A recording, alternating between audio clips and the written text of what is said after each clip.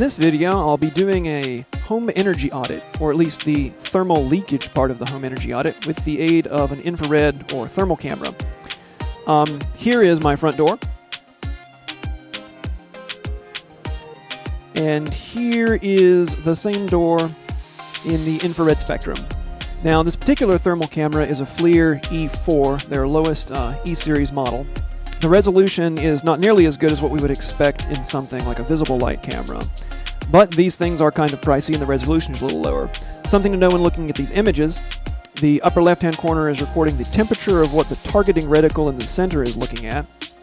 The scale is on the right. The scale is important to pay attention to when using these kinds of devices because the color will shift to try to maximize contrast. So if we were to take this camera and move it and point it towards an air conditioning vent, we see that the scale changes significantly.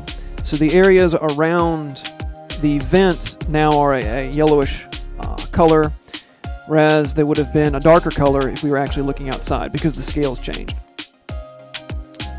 So let's take a look at some things. This is the front entry door. Not a real surprise there. We have gaps and therefore leaks conducting heat through the top and bottom of the door, as well as the glass itself. This is an insulated door, but if you don't have a good seal around the perimeter, you'll have some leaks. Here is our aforementioned output or register vent for our air conditioning system. It should be noted that outside it is 90 degrees Fahrenheit right now. The general temperature of the interior of the house is around 73, 74 degrees Fahrenheit. We have a pair of French doors, leaking some heat. And this is the living room. Now, there are several things of interest in the living room. First off, let us look. Here's the entertainment center. First off, of interest is off to the right here, we have a subwoofer. Now, this particular piece of equipment has not been turned on or actively used in at least the last 22-something hours. But we can see that we are producing a good bit of heat because some portion of this device is always on.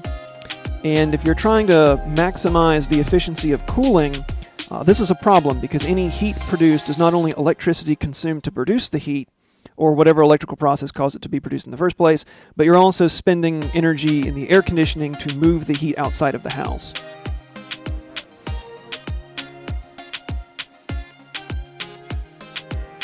You can also see a bit of heat coming off the PS3 here.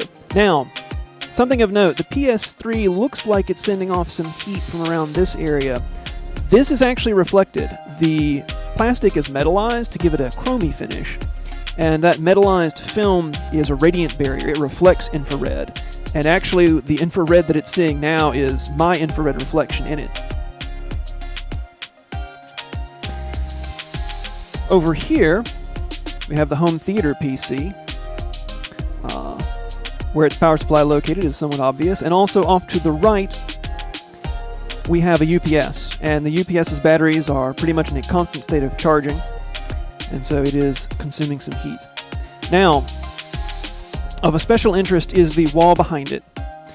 Now, we don't see any form of duct or vent, but we clearly have something along this wall, up and down, that is cooler than the rest of it.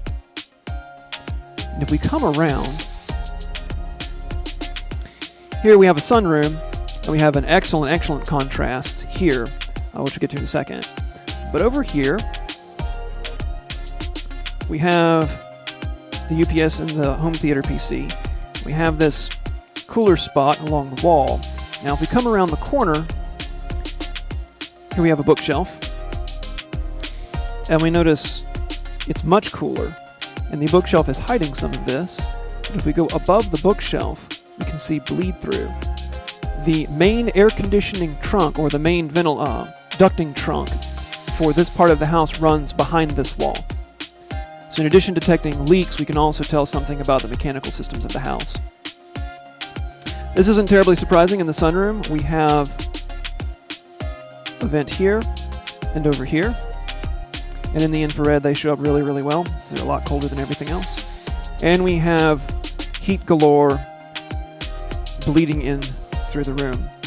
Now, something of great interest, and this is the types of things that are really cool to discover when you're doing these types of audits. Here in the ceiling, we can see areas that are significantly warmer than the areas around them. Sometimes this is bleed through from the heat coming out of windows. The hot air rises and starts heating your ceiling.